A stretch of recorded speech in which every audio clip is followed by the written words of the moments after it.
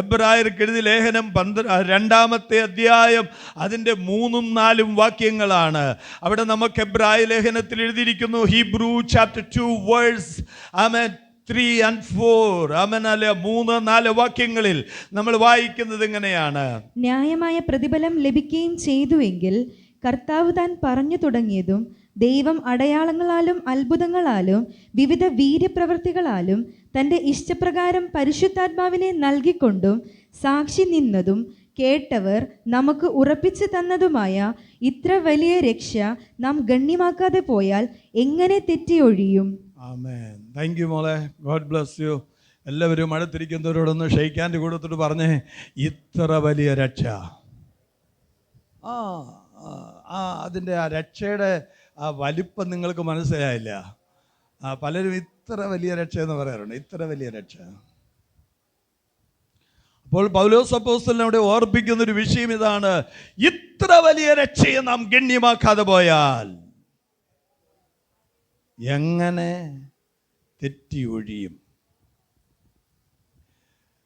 ഇത്ര വലിയ രക്ഷ. എൻ്റെ സബ്ജക്റ്റ് ഇതാണ്, രക്ഷയുടെ മഹത്വം എന്നുള്ളതാണ് ഞാൻ നിങ്ങളോട് അറിയിക്കുവാൻ ആഗ്രഹിക്കുന്നത്. എല്ലാവരും രക്ഷിക്കപ്പെട്ടവരാണ്. കർത്താവിൻ്റെ മേശയിൽ നിന്ന് ഞാൻ അച്ചായനോട് ഓർപ്പിച്ചു, അമ്മനാലെ ഇവിടെ അഭിഷിക്തന്മാരായിരിക്കുന്ന സഹോദരന്മാരല്ലെങ്കിൽ ദൈവദാസന്മാരുണ്ട്. അവരൊക്കെ ആകുമ്പോൾ എല്ലാവരെയും അറിയാൻ പറ്റും. ഞാൻ ഫസ്റ്റ് ടൈം വന്നതായതുകൊണ്ട് എനിക്ക് ആരൊക്കെ സ്നാനപ്പെട്ടവരുണ്ട്, ആരൊക്കെ ദൈവകൽപ്പന സ്വീകരിച്ചവരുണ്ട്, ആരൊക്കെയാണ് തിരുവേശയിൽ നിന്ന് എടുക്കുന്നത്. ഞങ്ങളുടെ സഭയിൽ അമ്മനാല് ഞാനും എൻ്റെ വൈഫും കൂടെയാണ് കൊടുക്കാറുള്ളത്. കാരണം എല്ലാവരും കൊടുത്തു കഴിഞ്ഞാൽ അവിടെ എല്ലാ സൺഡേയിലും പുതിയ ആളുകളുണ്ട്. 10-15 പേര് പുതിയ ആളുകളായിട്ട് കടന്നു വരും. അതുകൊണ്ട് അവരിതൊന്നും അറിയാതെ തിരുമേശയിൽ നിന്ന് പങ്കെടുക്കും. അതുകൊണ്ട് അങ്ങനെ ഞങ്ങൾ ചെയ്യാറില്ല. അതുകൊണ്ടാണ് ഞാൻ അത് അച്ഛനോട് പറഞ്ഞു, എങ്കിലും കുഴപ്പമില്ല, പാസ്റ്റർ കൊടുക്കാൻ പറഞ്ഞു. ഓക്കെ, ആമേൻ. എനിക്ക് വളരെ സന്തോഷം. നിങ്ങളോട് ഒരുമിച്ച് ശുശ്രൂഷയിൽ പങ്കെടുക്കുവാൻ സ്വർഗീയ പിതാവ് നൽകിയ അവകാശത്തിനായിട്ട് ദൈവത്തിന് നന്ദി പറയുകയാണ്. പ്രിയപ്പെട്ടവരെ, ആമേൻ, ഇന്ന് പൽക്കാലം നാം ഒരു കാര്യം ഓർക്കണം.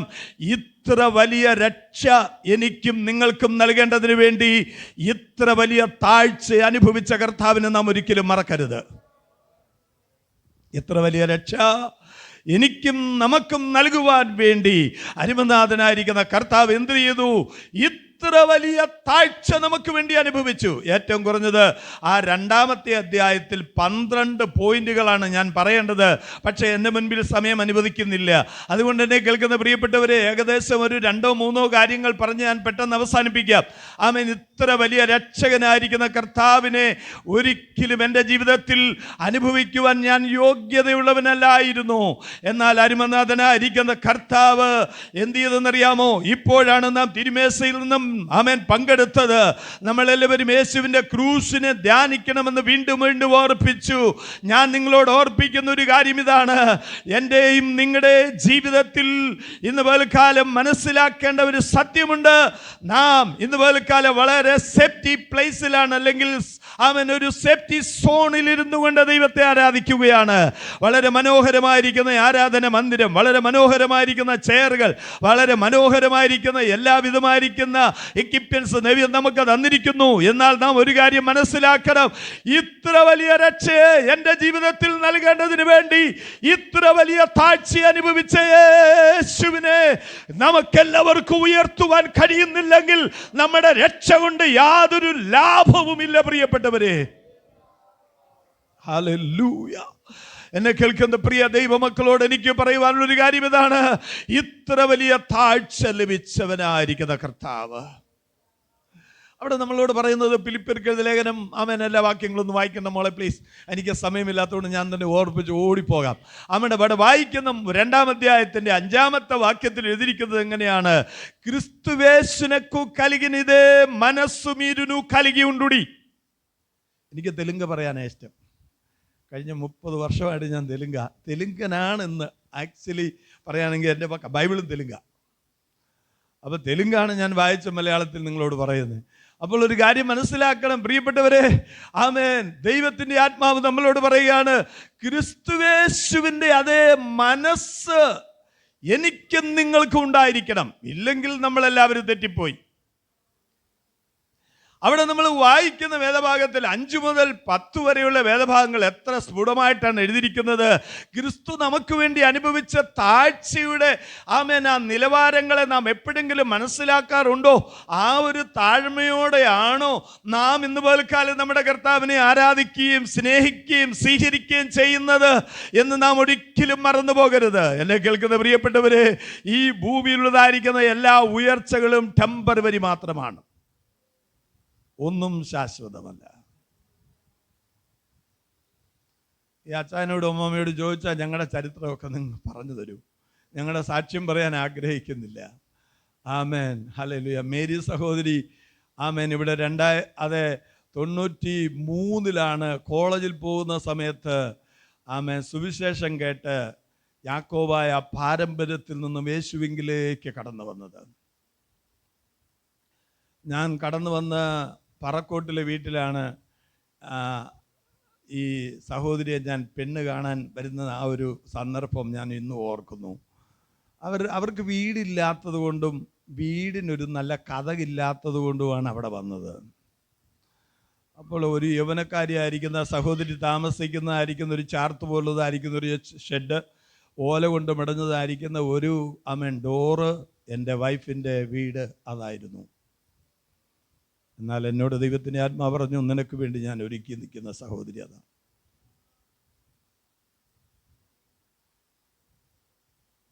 ഞാൻ എന്തുകൊണ്ട് എൻ്റെ വീട്ടുകാരും അനുവദിച്ചില്ല. എൻ്റെ പാപ്പ അന്ന് പാസ്റ്ററാണ്, എൻ്റെ അനിയൻ IPCയിലെ ഒരു പാസ്റ്ററാണെന്ന്. അവർക്ക് ആർക്കും ഇഷ്ടപ്പെട്ടില്ല. സഹോദരി എല്ലാവർക്കും ഇഷ്ടപ്പെട്ടു, പക്ഷേ സിറ്റുവേഷൻ, അവരുടെ പശ്ചാത്തലം ആർക്കും ഇഷ്ടപ്പെട്ടില്ല. ദൈവാത്മാവിനോട് പറയാണ്, നിനക്ക് വേണ്ടി ഒരുക്കിയിരിക്കുന്ന സഹോദരി അതാണ്. ഇന്ന് ഞാൻ ആത്മാർത്ഥമായി ദൈവസഭയോട് പറയുന്നു, ഈ ലോകത്തിലെ ഐശ്വര്യമല്ല വേണ്ടത്, ദൈവം കൂടെയുള്ള ഒരു വ്യക്തിയാണ് നമ്മുടെ ജീവിതത്തിൽ ഏറ്റവും. എൻ്റെ ശുശ്രൂഷയുടെ എല്ലാ നിലവാരങ്ങളെയും മാറ്റുവാൻ, എൻ്റെ പാരമ്പര്യമായിട്ടുള്ളതായിരിക്കുന്ന ഏതോ ഒരു പൊത്തുവരുത്ത വിശ്വാസത്തിൽ നിന്ന് എന്നെ കൊണ്ടുവരുവാൻ ദൈവം ഉപയോഗിച്ച ഒരു ഭക്തയായ സഹോദരിയാണ് എൻ്റെ വൈഫ്. പ്രാർത്ഥിക്കുന്ന ഒരു സഹോദരിയെ ദൈവം എനിക്ക് വേണ്ടി ഒരുക്കി. പ്രാർത്ഥിക്കുന്നെങ്കിൽ കേൾക്കുന്ന ദൈവം നമുക്ക് വേണ്ടി ഒരിക്കലും അടങ്ങിയിരിക്കുന്നില്ല. ആമേൻ. എന്നെ കേൾക്കുന്ന പ്രിയപ്പെട്ടവരെ, വഴിയടഞ്ഞുവെന്ന് വിചാരിക്കുന്നുവെങ്കിൽ ഒരിക്കലും ഭാരപ്പെടേണ്ട കാര്യമില്ല. ആമേൻ. ഹൃദയം നുറുങ്ങിയവർക്ക് യഹോവ സമീപസ്ഥൻ, മനസ്സ് തകർന്നവരെ രക്ഷിക്കുന്ന ദൈവത്തിന്റെ വഴികൾ എന്ന് പറയുന്നത് അത് സമുദ്രത്തിലും ആകാശമേഘങ്ങളിലുമുണ്ട്. അവൻ നമുക്ക് വേണ്ടി ഒരുക്കിയിരിക്കുന്നതിനെ ഒരു മനുഷ്യന്റെ കണ്ണ് കണ്ടിട്ടില്ല, ഒരു മനുഷ്യരുടെ ചെവി കേട്ടിട്ടില്ല, ഒരു മനുഷ്യരുടെയും മനസ്സുകൾക്ക് ഇന്നുവരെ മറഞ്ഞിരിക്കുന്നതിനെ ദൈവം നമുക്ക് വേണ്ടി പ്രവർത്തിക്കുന്ന ദൈവമാണ്. ഞങ്ങളെ മലയാളികളായിരിക്കുന്ന നമ്മുടെ ഹൈദരാബാദിലുള്ളതായിരിക്കുന്ന എല്ലാവരും വിട്ടുകളഞ്ഞപ്പോൾ എൻ്റെ വൈഫ് എന്നോട് പറഞ്ഞു, കർത്താവ് ഒരിക്കലും കൈവിടില്ല.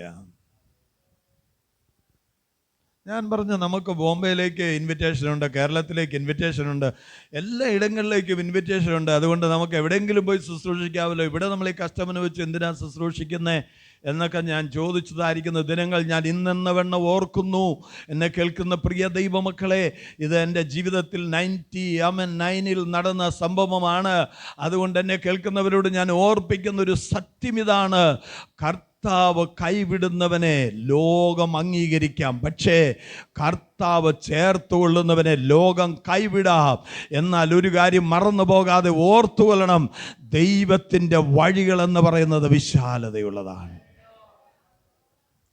എൻ്റെ സാക്ഷ്യങ്ങളെ കുറിച്ചൊന്നും ഞാൻ പറയുവാനായിട്ട് താല്പര്യപ്പെടുന്നില്ല. 99 അവനാലെ കേവലം ഞങ്ങൾ യോങ്കിച്ചോയുടെ ഒരു മെസ്സേജ് കേൾക്കുവാനായിട്ട് ഞങ്ങൾ നാട്ടിലേക്ക് വരുന്നു. ആമേൻ. അൺറിസർവ്ഡ് കമ്പാർട്ട്മെൻറ്റിൽ ശബരി എക്സ്പ്രസ്സിൽ കോട്ടയം ആമേൻ അവിടെ വന്നിറങ്ങുമ്പോൾ യോങ്കിച്ചോ അവനാലെ പ്രസംഗിക്കുന്നതായിരിക്കുന്ന പ്രസംഗം കേട്ടുകൊണ്ടാണ് പ്ലാറ്റ്ഫോമിൽ നിന്ന് ഞങ്ങൾ ആ മൈതാനത്തേക്ക് വരുന്നത്. അദ്ദേഹം പ്രസംഗിച്ച പ്രസംഗം ഇന്നെണ്ണം ഞാൻ ഇന്നും ഓർക്കുന്നു. ആമേൻ. അദ്ദേഹം പറഞ്ഞത് ഇങ്ങനെ: 3 റൊട്ടി വായ്പ തരണം.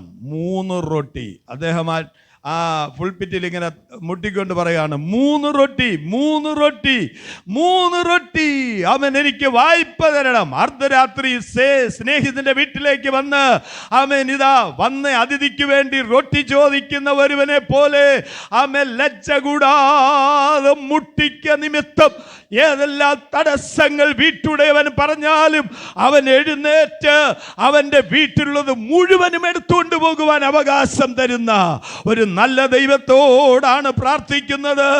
അവൻ പ്രാർത്ഥന വിട്ടുകളയരുത്, കണ്ണുനീര് വിട്ടുകളയരുത്, ഉപവാസം വിട്ടുകളയരുത്, ആത്മീയത വിട്ടുകളയരുത്, വിശ്വാസം വിട്ടുകളയരുത്.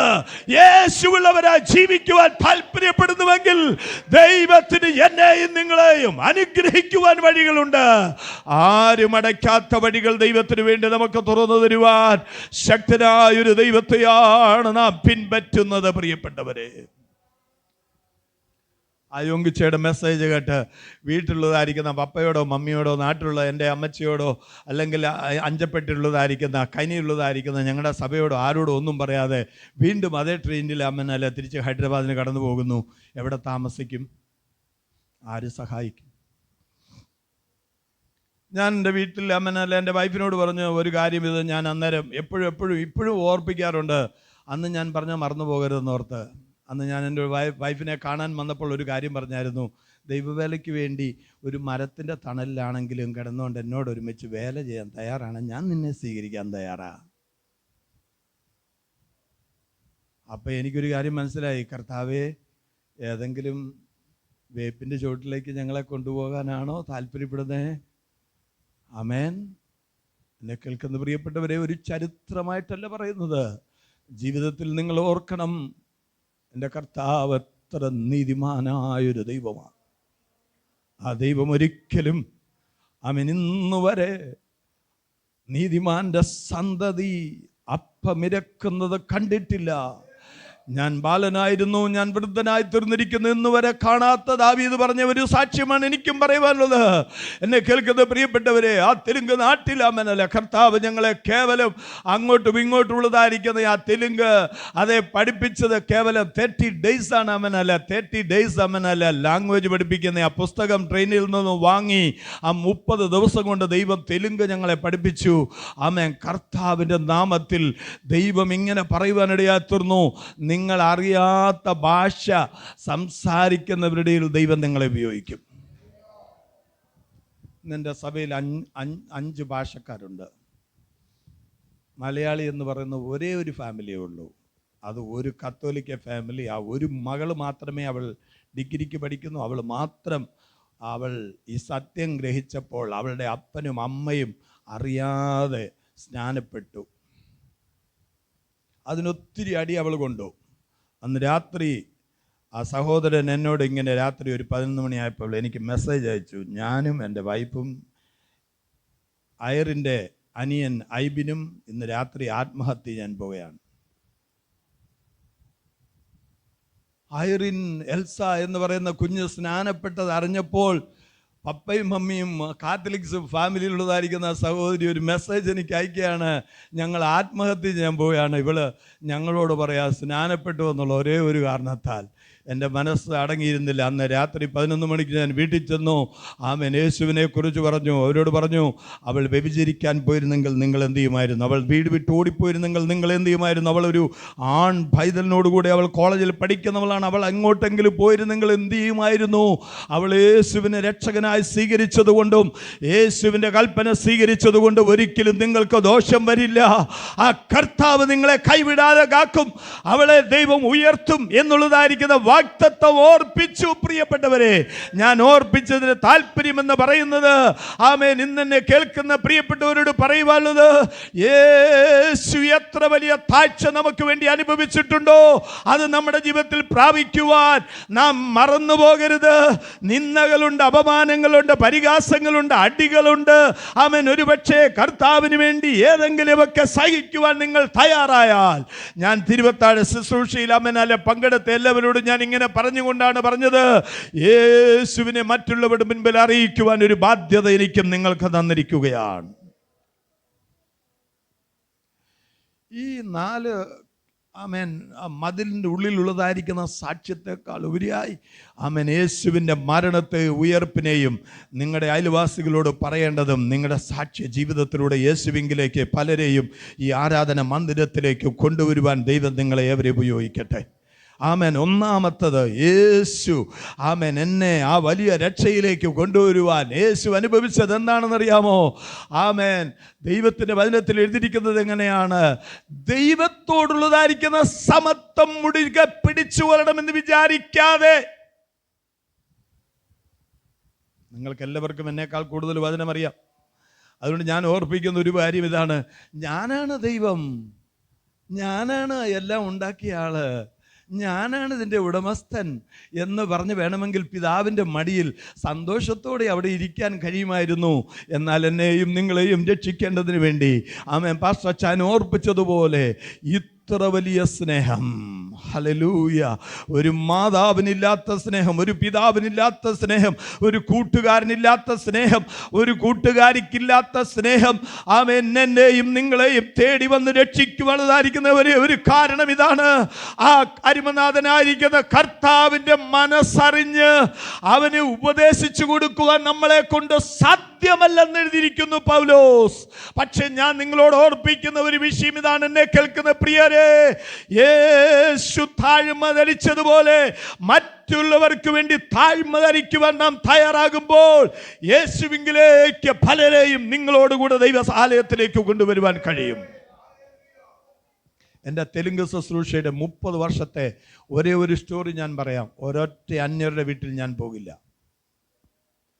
ഒരൊറ്റ ഹിന്ദുക്കളുടെയും മുസ്ലിങ്ങളുടെയും വീട്ടിൽ ഞങ്ങൾ പോകില്ല. പോകണോ നിങ്ങൾ പോക്കോണം, നിങ്ങൾ വിളിച്ചുകൊണ്ട് വന്നോണം. ഇതുവരെ ഞാൻ പോയിട്ടില്ല. 1000-ലധികം ആളുകളെ എൻ്റെ ഈ കൈ കൊണ്ട് തന്നെ അമ്മനെ സ്നാനപ്പെടുത്തി. 2024 മെയ് മാസം ഞങ്ങൾ നാട്ടിലേക്ക് വന്നു. മെയ് മാസം ഒരു മാസമല്ലാതെ 11 മാസങ്ങളും എൻ്റെ സഭയിൽ സ്നാനം നടന്നു. ഹല്ലേലൂയ. എന്നെ കേൾക്കുന്ന പ്രിയപ്പെട്ടവരെ, ആമേൻ, ഇന്ന് ഞാൻ എൻ്റെ വീട്ടിലേക്ക് കൊണ്ടുവന്നിട്ടുണ്ട്. ഇവിടുന്ന് കേരളത്തിൽ നിന്ന് ഓടിയ ഒറീസക്കാരായിരിക്കുന്ന 3 ഫാമിലി ആമേൻ പുതുതായിട്ട് വന്നു. കഴിഞ്ഞ ഒരു 2 മാസം അല്ലെങ്കിൽ ജനുവരി 15 കൂടെയാണ് അവർ ആരാധന മന്ദിരത്തിലേക്ക് വന്നത്. ഡോക്ടർമാർ കാല് മുറിച്ച് കളയണം എന്ന് പറഞ്ഞ സഹോദരൻ തൻ്റെ പാദത്തിൽ ഒരു വലിയ മുറിപ്പാടുണ്ടായിട്ട് അത് കരിയാതെ അത് വ്രണമായി തീർന്നു. അത് മുറിച്ചു കളയണമെന്ന് പറഞ്ഞ സഹോദരൻ ദൈവാലയത്തിലേക്ക് വന്നു. സഭയായി പ്രാർത്ഥിച്ചു. കർത്താവ് അദ്ദേഹത്തെ തൊട്ട് സൗഖ്യമാക്കി. ഞാൻ അദ്ദേഹത്തിൻ്റെ വീട്ടിൽ ചെന്നു. അദ്ദേഹത്തിൻ്റെ വിഗ്രഹങ്ങളും അദ്ദേഹത്തിൻ്റെ നല്ല മന്ത്രസാധനങ്ങളെല്ലാം അദ്ദേഹത്തിൻ്റെ വീട്ടിൽ നിന്ന് എടുത്തുകൊണ്ട് വരുമ്പോൾ അദ്ദേഹത്തോട് പറഞ്ഞു, നിന്നോട് പറഞ്ഞ ഡോക്ടറിൻ്റെ അടുത്ത് ഇതേ പാരച്യൂട്ട് ഓയിൽ ബോട്ടിലുമായിട്ട് നീ പോകണം. ഡോക്ടറിൻ്റെ അടുത്ത് നീ പോകണം. ഓയിലിട്ട് ഒന്നും ചെയ്യരുതെന്നാണ് അദ്ദേഹത്തോട് പറഞ്ഞത്. കാല് മുറിച്ച് കളയണമെന്ന് പറഞ്ഞ ഡോക്ടറിനോട് നീ പോയി സുവിശേഷം പറയണമെന്ന് ഞാൻ പറഞ്ഞു. ഈ ഒരേ ഓയിൽ മാത്രമാണ്, അല്ലെങ്കിൽ വേറെ ഒരു ടാബ്ലറ്റ് അല്ല സൗഖ്യമാക്കിയത്. ഈ പ്രാർത്ഥിച്ച ആമേൻ കൊടുത്തതായിരിക്കുന്ന യേശു ക്രിസ്തുവിൻ്റെ രക്തത്താൽ അഭിഷേക തൈലമായി മാറിയ അതേ ഓയിൽ മാത്രമാണ് അദ്ദേഹത്തെ സൗഖ്യമാക്കിയത്. അതുകൊണ്ട് നിന്റെ കാല് മുറിക്കുമെന്ന് പറഞ്ഞ ഡോക്ടറിനോട് നീ പോയി സുവിശേഷം പറയുവാൻ ഞാൻ അദ്ദേഹത്തോട് പറഞ്ഞു വിട്ടു. എന്നെ കേൾക്കുന്ന പ്രിയപ്പെട്ടവരെ, നമ്മൾ എന്തിനു ലജ്ജിക്കണം?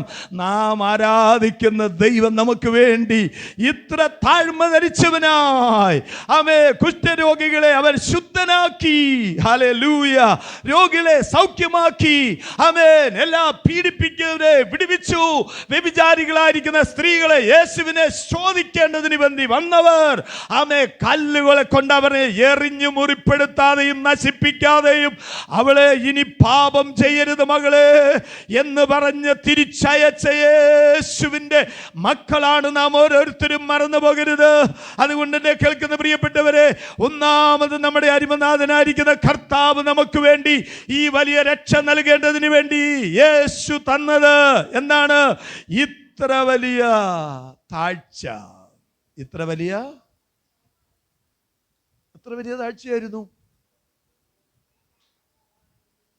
വേഷത്തിൽ മനുഷ്യനായി. അവിടെ എഴുതിയിരിക്കുന്നത് എങ്ങനെയാണ്? മരണത്തോളം. പൗലോസിന് അതുകൊണ്ട് തൃപ്തിയായില്ല. വീണ്ടും രണ്ടാമത്തെ ലൈൻ ഇങ്ങനെയാണ് എഴുതിയിരിക്കുന്നത്, മരണത്തോളമല്ല, ഞാൻ സോറി പറയാ.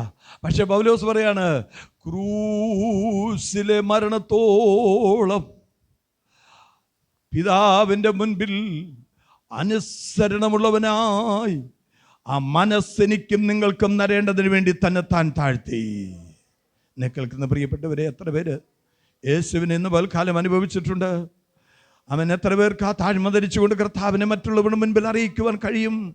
നമ്മളായിരിക്കുന്നിടത്ത് മക്കളെ, ഹല്ലേലൂയ, എന്നെ കേൾക്കുന്ന പ്രിയരെ, ബ്രദേഴ്സ് ആൻഡ് സിസ്റ്റേഴ്സ്, എൻ്റെ മാതാക്കളെ, ആമേൻ, അടങ്ങിയിരിക്കുവാനുള്ള സമയമല്ല കേട്ടോ. യേശുവിനെ മറ്റുള്ളവരുടെ മുൻപിൽ അറിയിക്കുവാൻ, ആമേൻ, 4 അടി കൊണ്ടാലും കുഴപ്പമില്ലെന്നേ. Praise the Lord. ഞങ്ങൾ എത്ര പ്രാവശ്യം അടി കൊണ്ടു, ഹല്ലേലൂയ, എത്ര പ്രാവശ്യം വീട്ടു തടങ്ങില്ലായി ഞാൻ, എൻ്റെ വൈഫ് അടി കൊണ്ട് വീണിട്ടുണ്ട്. ആമേൻ, ഞങ്ങൾ ആരോടും വിരോധമായി ഒന്നും ചെയ്തിട്ടില്ല. അവരുടെ രക്ഷയ്ക്ക് വേണ്ടി യേശു അനുഭവിച്ചതിന്റെ 100-ൽ അവനല്ല 99.9 ഞാൻ അനുഭവിച്ചിട്ടില്ല. യേശു നമുക്ക് വേണ്ടി ഇത്ര താഴ്ചയുള്ളവനായി വന്നെങ്കിൽ ആ താഴ്മ ധരിച്ചുകൊണ്ട് യേശുവിനെ മറ്റുള്ളവരുടെ മുൻപിൽ അറിയിക്കുവാൻ ഒരു ചലഞ്ചായി ഞാൻ നിങ്ങളെ ആഹ്വാനം ചെയ്യുകയാണ്. താഴ്മ, യേശുവിൻ്റെ വലിയ താഴ്മ നമ്മുടെ ഇത്ര വലിയ രക്ഷയിലേക്ക് കൊണ്ടുവന്നു. രണ്ടാമത്തത് അവിടെ നമ്മൾ വായിക്കുന്നത് എങ്ങനെയാണ്? യേശുവിൻ്റെ താഴ്മ മാത്രമല്ല, യേശുവിൻ്റെ ഇത്ര വലിയ ശിക്ഷ. ഇത്ര വലിയ ശിക്ഷ. എങ്ങനെയാണ് താൻ ശിക്ഷിക്കപ്പെട്ടത്? 10ാമത്തെ വാക്യം ഒന്ന് വായിക്കാം മോളെ. 10ാമത്തെ വാക്യം തെലുങ്കിൽ ഞാൻ വേണമെങ്കിൽ ബൈ ഹാർട്ടായിട്ട് പറഞ്ഞേക്കാം. സകലത്തിലും ലാക്കും, സകലത്തിനും കാരണഭൂതനുമായവൻ അനേകം പുത്രന്മാരെ തേജസ്സിലേക്ക് നടത്തുമ്പോൾ അവരുടെ രക്ഷാനായകൻ, നമ്മുടെ രക്ഷാനായകനായിരിക്കുന്ന കഷ്ടാനുഭവങ്ങളാൽ, ക്രിസ്തുവിനെ കഷ്ടാനുഭവങ്ങളാൽ തികഞ്ഞവനാക്കുന്നത് പിതാവിന് യുക്തമായിരുന്നു. ആമേൻ. 5-ാം അധ്യായം 7-ാമത്തെ വാക്യം വായിക്കുമ്പോൾ നമുക്ക് എല്ലാവർക്കും അറിയാവുന്ന വേദഭാഗങ്ങളാണ്. 5:7 എബ്രായ ലേഖനം നമ്മൾ വായിക്കുന്നത് എങ്ങനെയാണ്? ആമേൻ, അവൻ ശരീരത്തിൽ ഇരുന്നപ്പോൾ ആമേൻ ഈ ഭൂമിയിലേക്ക് വന്ന് ഇവിടെ ജീവിക്കുമ്പോൾ നമുക്കെല്ലാവർക്കും ഒരു എക്സാമ്പിളായിട്ട് കണ്ടു. ആമേൻ. എങ്ങനെയാണ് അവിടെ വായിക്കുന്നതെന്നറിയാമോ? ക്രിസ്തു തന്റെ ഐഹിക ജീവിതകാലത്ത് തന്നെ മരണത്തിൽ നിന്ന് രക്ഷിപ്പാൻ കഴിയുന്നവനോട് ഉറച്ച നിലവിളിയോടും കണ്ണുനീരോടും കൂടെ അപേക്ഷിക്കുകയും അഭയയാചന കഴിക്കുകയും ഭയഭക്തി നിമിത്തം ഉത്തരം ലഭിക്കുകയും ചെയ്തു. ആമേൻ. എന്നെ കേൾക്കുന്ന പ്രിയപ്പെട്ടവരെ, നമുക്കെന്തില്ല?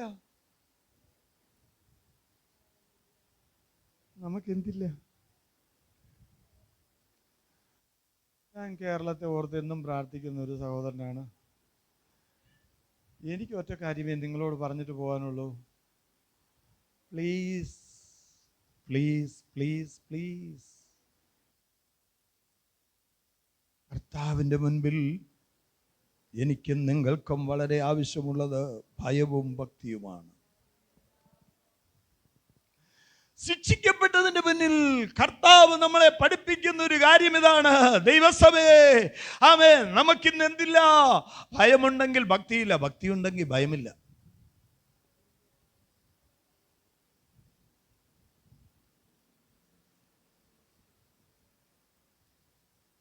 നമ്മളെല്ലാവരും ഒരു കാലത്ത് ആമേൻ എത്ര ഭക്തിയോടെ ആമേൻ ആരാധിച്ചു വന്നവരാണ്. ആ സാമുദായികമായിരിക്കുന്ന ബന്ധനങ്ങളിലായിരുന്നപ്പോൾ നമുക്കുണ്ടായിരുന്ന ഭക്തിയും ആ ദൈവത്തോടുള്ളതായ ഭയവും ഇന്നെങ്ങനെ എത്ര വരെയുണ്ട് എന്ന് ചോദിച്ചാൽ പലർക്കും ആൻസർ തരുവാൻ കർത്താവിന് മുൻപിൽ എന്ത് കഴിയുമെന്ന് എനിക്കറിയില്ല. അരിമനാഥനായിരിക്കുന്ന കർത്താവ് എന്നെ രക്ഷിക്കേണ്ടതിന് വേണ്ടി, നമ്മളെ രക്ഷിക്കേണ്ടതിന് വേണ്ടി ഇത്ര വലിയ രക്ഷ എനിക്ക് നൽകുവാൻ ഇത്ര വലിയ ശിക്ഷയാണ് ദൈവം അനുഭവിച്ചത്. ആമേൻ. ഈ ശിക്ഷയെക്കുറിച്ച് ഒത്തിരി കാര്യങ്ങൾ പറയാനുണ്ടെങ്കിലും ഞാൻ എൻ്റെ സമയം കടന്നുപോയതുകൊണ്ട് ഞാൻ എൻ്റെ വാക്കുകളെ ചുരുക്കാം. യെശയ്യാ പ്രവാചക പുസ്തകം 52-ാമത്തെ അധ്യായത്തിൻ്റെ 10 മുതലുള്ള വാക്യങ്ങൾ 53-ാമത്തെ അധ്യായത്തിൻ്റെ അവസാനത്തെ വാക്യങ്ങൾ വരെ നിങ്ങൾ ഒന്ന് വായിച്ചിട്ട് ആ ഒരു വലിയ ബാനർ നിങ്ങളുടെ വീട്ടിലൊന്ന് അല്ല എങ്ങനെയെങ്കിലും പ്രദർശിപ്പിച്ചിരുന്നെങ്കിൽ എത്ര നല്ലതെന്ന് ഞാൻ പ്രസംഗിക്കാറുണ്ട്. യേശു ജനിക്കുന്നതിന് ഏകദേശം 700 വർഷങ്ങൾക്ക് മുൻപേ കർത്താവ് നമുക്ക് വേണ്ടി അനുഭവിക്കുവാനിരിക്കുന്നതായിരിക്കുന്ന ശിക്ഷാവിധിയെക്കുറിച്ച് വളരെ വ്യക്തമായി നഗ്നമായി നമുക്ക് എഴുതി തന്നതായിരിക്കുന്ന ഭക്തനായ പ്രവാചകൻ യെശയ്യാവ് ഇങ്ങനെയാണ് വിളിച്ചു പറഞ്ഞത്: കണ്ടാൽ ആളല്ല എന്ന് തോന്നുമാറ് അവന് സ്വഗസ്സില്ല, സ്വരൂപമില്ല. അവനെ കണ്ടാൽ മനുഷ്യരാകർഷിക്കത്തക്കവണ്ണം അവനിൽ സൗന്ദര്യമോ രൂപഗുണമോ ഇല്ല. ആർക്ക് വേണ്ടി എന്നെ കേൾക്കുന്ന പ്രിയപ്പെട്ടവരെ, എന്നെയും നിങ്ങളുടെയും പാപത്തിന്റെ പരിണിത ഫലമായി യേശു അനുഭവിച്ച വലിയ ശിക്ഷ. ഒന്നും പേടിക്കേണ്ട കാര്യമില്ല. നിങ്ങളിൽ ആരെല്ലാം ബലഹീനരായി അനാരോഗ്യത്തോടെ വന്നിട്ടുണ്ടോ, ഏതെല്ലാം ബലഹീനതകളുണ്ടോ, എത്ര പേര് വിശ്വസിക്കുന്ന കർത്താവിൻ്റെ വചനം ഇന്ന് പകൽക്കാലം ആമേനല്ല എൻ്റെയും മേരിയുടെയും സാക്ഷ്യം ഇതാണ്. കഴിഞ്ഞ 32 വർഷമാകുന്നു ആമേൻ ഒരു മെഡിസിനിലും ഞങ്ങൾ ആശ്രയിക്കാറില്ല. പച്ചവെള്ളത്തെ പ്രാർത്ഥിക്കുമ്പോൾ അതാണ് ഞങ്ങളുടെ മെഡിസിൻ, എണ്ണ പ്രാർത്ഥിക്കുമ്പോൾ അതാണ് ഞങ്ങളുടെ മെഡിസിൻ. ആമേൻ. എൻ്റെ വീട് മുഴുവൻ ആമേൻ വലിയ ഷുഗർ ഫാക്ടറി ആയിരുന്നു എൻ്റെ വീട്. എൻ്റെ പപ്പ ഷുഗറിനാൽ മരിച്ചു, എൻ്റെ മമ്മി ഷുഗറിനാൽ പോയി. എൻ്റെ അനിയനാണ് ആദ്യത്തെ ഷുഗർ പേഷ്യൻ്റ്. എൻ്റെ ഏറ്റവും ഇളയ അനിയൻ പാസ്റ്ററാണ്. IPCയിലെ 2 പാസ്റ്റർമാരാണ്. എൻ്റെ രണ്ടാമത്തെ അനിയനും ഏറ്റവും ഇളയ അനിയനും അവർ രണ്ടുപേരും ഭയങ്കര ഷുഗർ പേഷ്യൻ്റാണ്. എൻ്റെ സിസ്റ്റർ ഷുഗർ പേഷ്യൻ്റാണ്. ഞാനാണ് എൻ്റെ വീട്ടിലെ ആദ്യത്തെ ആള്. എനിക്ക് ഷുഗറും ഇല്ല, പ്രഷറും ഇല്ല, കൊളസ്ട്രോളും ഇല്ല, ഒന്നുമില്ല.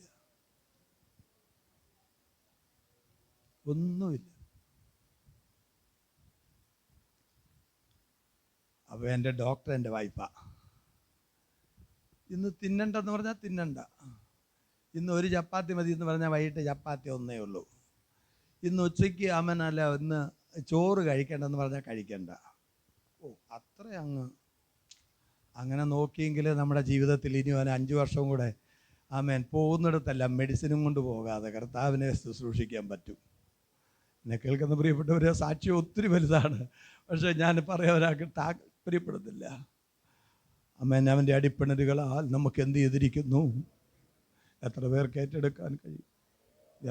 ഏറ്റെടുക്കാൻ കഴിയും? നമ്മളെല്ലാം പറയുന്നത് കൊണ്ടായോ? കർത്താവിൻ്റെ വചനത്തിലേക്ക് ഒന്നും കൂടെ വിശ്വാസം ഉറപ്പിക്കുവാൻ എത്ര പേർക്ക് കഴിയും? യേശു എന്തിനു വേണ്ടിയാണ് ഇത്ര വലിയ ശിക്ഷ അനുഭവിച്ചത് എന്ന് ചോദിച്ചാൽ, തോമസ് ആയിരിക്കുന്ന ഞാൻ നിങ്ങളോട് നഗ്നമായി വ്യക്തമായി പറയുന്നു, എൻ്റെ സകല രോഗത്തിനും അവൻ്റെ അടിപ്പിണരുകൾ കൊണ്ട് സൗഖ്യം വരുത്തി തരുവാൻ ഈ ലോകത്തിലെ മെഡിക്കൽ സയൻസിനെ പരാജയപ്പെടുത്തിയ യേശു നമുക്ക് വേണ്ടി ജീവിക്കുന്നു. ഹല്ലേലൂയ. മരിച്ച 5 അമ്മ ഇന്നും ജീവിക്കുന്നുണ്ട്. 6 വർഷമായിട്ട് മരിച്ച 5 അമ്മ. ക്യാൻസർ പേഷ്യൻ്റ് ആയിരുന്ന 5 പേരിന്നും എൻ്റെ സഭയിലുണ്ട്, ആരോഗ്യത്തോടെ ജീവിക്കുന്നു. HIV വന്ന് അവനല്ല തിന്നുന്നതും കുടിക്കുന്നതുമെല്ലാം ഒരുപോലെ മോഷനും വൊമിറ്റിങ്ങുമായി കിടന്ന സഹോദരി കഴിഞ്ഞ വർഷമാണ് ചത്തത്, അല്ലെങ്കിൽ മരിച്ചത്. എന്തുകൊണ്ടാണ് ഞാൻ പറയുന്നത്? എന്നെ കേൾക്കുന്ന പ്രിയപ്പെട്ടവരെ, ഈ ലോകത്തിലെ വൈദ്യന്മാർ ഉപേക്ഷിക്കുന്ന എല്ലാത്തെയും ട്രീറ്റ്മെന്റ് ചെയ്യുവാൻ, ഉചിതമായ വൈദ്യം നൽകി സൗഖ്യമാക്കുവാൻ കഴിവുള്ള യേശുവിൻ്റെ അടിപ്പിണരുകൾ ഇന്നും ഇവിടെ പ്രവർത്തിക്കുകയാണ്.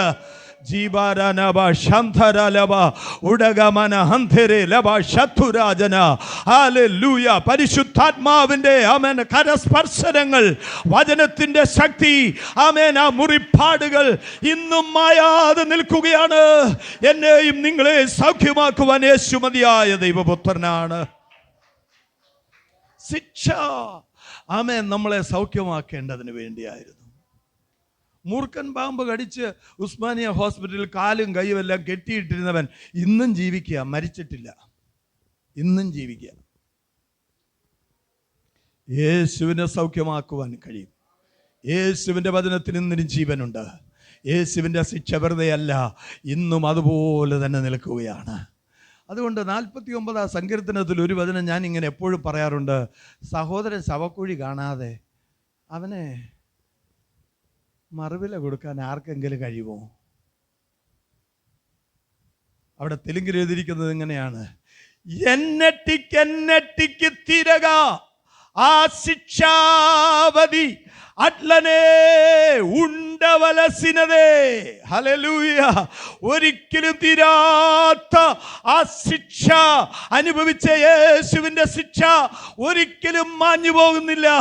വിശ്വസിക്കുന്നവർക്ക് വേണ്ടി ഇന്നും അവൻ്റെ ശിക്ഷ, ആ ക്രൂശ്, ആ മരണം നമ്മളെ വിടുവിക്കുവാനും സൗഖ്യമാക്കുവാനും മതിയായതല്ലേ.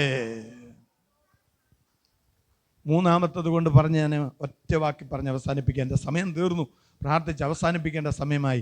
അവൻ ഒറ്റ വാക്കിൽ പറയാം. പ്രിയപ്പെട്ടവരെ, നമുക്കിത്ര വലിയ രക്ഷ നൽകാൻ, 1 താഴ്ച, ഇത്ര വലിയ താഴ്ച; 2 ഇത്ര വലിയ ശിക്ഷ; 3 ഇത്ര വലിയ സാക്ഷി. ആരാ നിങ്ങളുടെ എല്ലാവരുടെ രക്ഷയ്ക്ക് സാക്ഷി? വായിച്ച വേദഭാഗത്തിൽ തന്നെ ഉണ്ട്. ഓക്കെ, എല്ലാവരും ഒന്ന് ശ്രദ്ധിച്ച് നോക്കണേ. അവിടെ എഴുതിയിരിക്കുന്ന ആരാണെന്നറിയാമോ? സാക്ഷി ആരാ? ഉറപ്പിച്ചു തന്ന പരിശുദ്ധാത്മാവ്. ആമേൻ, ഹല്ലേലൂയ. എല്ലാവരുടെയും രക്ഷ ഇന്ന് പകൽക്കാലം ഉറപ്പാക്കി കടന്നു പോകുവാൻ ദൈവം സഹായിക്കട്ടെ. എല്ലാവർക്കും യേശു തന്ന ഇത്ര വലിയ രക്ഷ, ആ പാപത്തിന് വലിയ ശിക്ഷ അനുഭവിച്ചുകൊണ്ട് നമ്മളെ രക്ഷിച്ച, ആമേൻ, താഴ്മ ധരിച്ച് യേശുവിൻ്റെ താഴ്മയുള്ളവരായി യേശുവിൻ്റെ ശിക്ഷയിലൂടെ വിടുതൽ പ്രാപിച്ചവരും സൗഖ്യം പ്രാപിച്ചവരും ക്രിസ്തുവിനെ മറ്റുള്ളവരുടെ ഇടയിൽ അറിയിക്കുന്നവരുമായിരിക്കാൻ, ആമേൻ, ആ പരിശുദ്ധാത്മാവ് നിങ്ങളെല്ലാവരെയും ഇന്ന് പകൽക്കാലം ബലപ്പെടുത്തുമാറാകട്ടെ. ആമേൻ, ആ സാക്ഷ്യം നിന്നത് പരിശുദ്ധാത്മാവാണ്, വേറെ ആരുമല്ല. ആമേൻ, എനിക്കും നിങ്ങൾക്കും ആമേനാലെ ഈ വലിയ രക്ഷ നൽകുവാൻ സാക്ഷ്യം പറഞ്ഞത്, ആമേൻ, ആ സാക്ഷി ആരാണെന്നറിയാമോ? പരിശുദ്ധാത്മാവാണ്. ആ പരിശുദ്ധാത്മാവ് ഈ ഭൂമിയിൽ നിന്ന് എടുക്കപ്പെടും. നമ്മളെല്ലാവരും കണ്ണിമിക്കുന്നതിന് മുമ്പേ രൂപാന്തരപ്പെടും. ആമേൻ, ക്രിസ്തുവിൽ മരിച്ചവർ മുമ്പേ ഉയർത്തെഴുന്നേൽക്കും. ജീവനോടെ ശേഷിക്കുന്നവരായി നാം ആകാശ മണ്ഡലങ്ങളിൽ മേഘങ്ങളിൽ എടുക്കപ്പെടും. ആ പരിശുദ്ധാത്മാവിടുന്ന് ആമേ കടന്നു പോകുന്നതിന് മുൻപേ യേശുവിങ്കിലേക്ക് അനേകരെ കൊണ്ടുവരുവാൻ നിങ്ങളും ഞാനും പരിശുദ്ധാത്മാവിനൊരു സാക്ഷ്യമായി മാറുവാൻ ആഹ്വാനം തന്നുകൊണ്ട് ഞാൻ എൻ്റെ വാക്കുകളെ അവസാനിപ്പിക്കുന്നു. ദൈവം നമ്മളേവരെയും ഈ വചനങ്ങളാൽ അനുഗ്രഹിക്കുമാറാകട്ടെ.